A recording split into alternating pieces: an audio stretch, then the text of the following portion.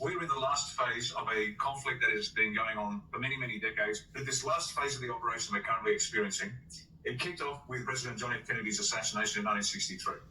At that point, a group of senior military officers decided that then something had to be done. So they were faced with a choice. They knew that the United States government was no longer a legitimate government. It was being run by what we call the deep state. It's like a crime family, but not just one crime family. There's several crime families on the dark side, all of them. And that's why it's hard to grasp what we're up about here. So they decided they had choice. One, they could do it, launch a military coup d'etat to take over the government by force, eliminate the crooked politicians, and then hand it back to the American people. Now, that option was discounted as unworkable because it would have caused a massive division within the US, and many of the people would not have believed it was necessary. And so whoever came into power after that would not have any legitimacy as far as the people are concerned. The alternative, and that's the alternative they chose, they began to infiltrate all the institutions. Now, why did they do that? It's exactly what the communists did after 1945. They had the same challenge. And there were those that said we should have an armed revolt and attack the governments and take over, and the workers' paradise would result. Well, we know that's a lie, but that was one of their options. They discounted that for the same reasons. And they went with the solution proposed by Antonio Gramsci, who said you should infiltrate the institutions. And so that's what these senior military officers in the United States did. They did exactly the same thing. And they're called the White Hats. And the reason they're called the White Hats and the bad people are called the Black Hats, in the old cowboy films, you had to identify visually who was good and who was bad. So the good guys wore white hats, the bad guys wore black hats. And that's why they're referred to white hat, black hat. So the White Hats decided they were going to infiltrate the institutions. But this was every aspect of society. Because secret societies like the Masonic, we call them Masonic filth, the Freemasons, had penetrated every aspect of life. The polity, the bureaucracy, the judiciary, the constabulary, the military, media, academia, big business, big unions, every media personality, every media speaker and star, particularly, and they're particularly important, every synagogue, mosque, lodge, temple, all of them penetrated.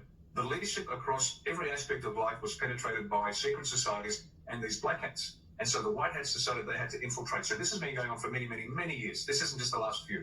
They came to the point where they approached Donald Trump and said, here is the problem and here is the solution. Here is our plan for saving the country, but we have to do it legitimately. We want you to run for president. Now, they told him, you have to win it legitimately. You have to win. We can't give it to you, otherwise you have no legitimacy as the president. And so he said, he looked at the plan, said, yes, let's go. He then became part of the solution. Hillary Clinton was supposed to win, and with her in the White House, they were going to have a nuclear war with Russia. That was the goal. With Donald Trump being elected, that broke the plan for the Black Hats. And so in the first 4 years, he dismantled what he needed to dismantle in order to remove the power from the Black Hats and reassemble, put laws in place that would allow him subsequently to lead the arrests that were required to clean out all these institutions. So it sounds a little complex, but that was what was required. The second election in 2020 was stolen. They knew it was going to be stolen, but that didn't matter so much because now he was what's called a wartime president and the commander-in-chief, and he remained that way. And so he's used the next 4 years, which people think was Biden's regime, but it's not, to begin to remove people from this cabal, one by one by one. So are we at war? Yes, we have been at war for the longest possible time. In the last few years, there's been an active war, and it comprises a couple of parts. The major of it is this. One is a subterranean war, which means they are applying real military force to clean out physically, like a shooting war, the elements of the Black Hats and the cabal, what they have been using to control the planet. It sounds absolutely crazy until you do your own research and you realize, my God, it's right in front of us. The second part of the war has been a psychological operation, and that's been designed to persuade the enemy, the Black Hats, that the White Hats haven't got control, and to make sure everything stays calm because they didn't want to raise concerns within the general population. Because the Black Hats want chaos, the Black Hats want violence, the White Hats want peace and calm. And so the PSYOP was there to give a little bit of information here, a little bit of information there, enough for a few people to read between the lines and understand what's going on, whilst the rest were just slowly moving forward. And so we're at a real war. Now, what does it mean for Trump to be a wartime president? Well, the United States Constitution gives the president fairly tightly controlled powers to do what he needs to do to save the nation at war. But there are limitations. Abraham Lincoln, for example, when he's the 16th president of the United States, he pushed those boundaries to a certain point. In 1942, Franklin Delano Roosevelt, the president, pushed those boundaries and demanded more liberties from the Congress and promised to do it anyway. And so this wartime president has powers to do things that were not initially intended by the framers, but it was something that Donald J. Trump has decided to use for the benefit of the people. There's a big difference between the black hats and the white hats. And Derek Johnson is a great source, so anybody that wants to check up on what I'm saying, go watch Derek Johnson's many videos explaining in detail exactly how this works. Donald Trump, being the commander-in-chief, was controlling the US military. Do your own research and you will find the truth of what we are saying. Is Joe Biden the president, or is he being played by an actor? Once more, part of the psychological operation I described is they have to put fakes in, doubles. Now, national leaders since the beginning of time have had doubles because they're always under threat of assassination.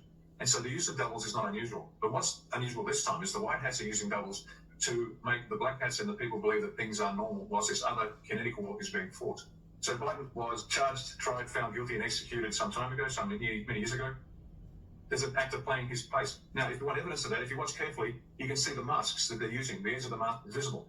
Not only is Biden a double, but there are many what people believe to be national leaders around the world that have been replaced with actors. Okay, so is the military in charge worldwide because we're at war? Yes, absolutely it is. The short answer, and it takes a while to get here, so I understand if it'll take many of the viewers to catch up, but there is a worldwide conflict being fought. A coalition of just about every nation on the planet has been actively involved in this.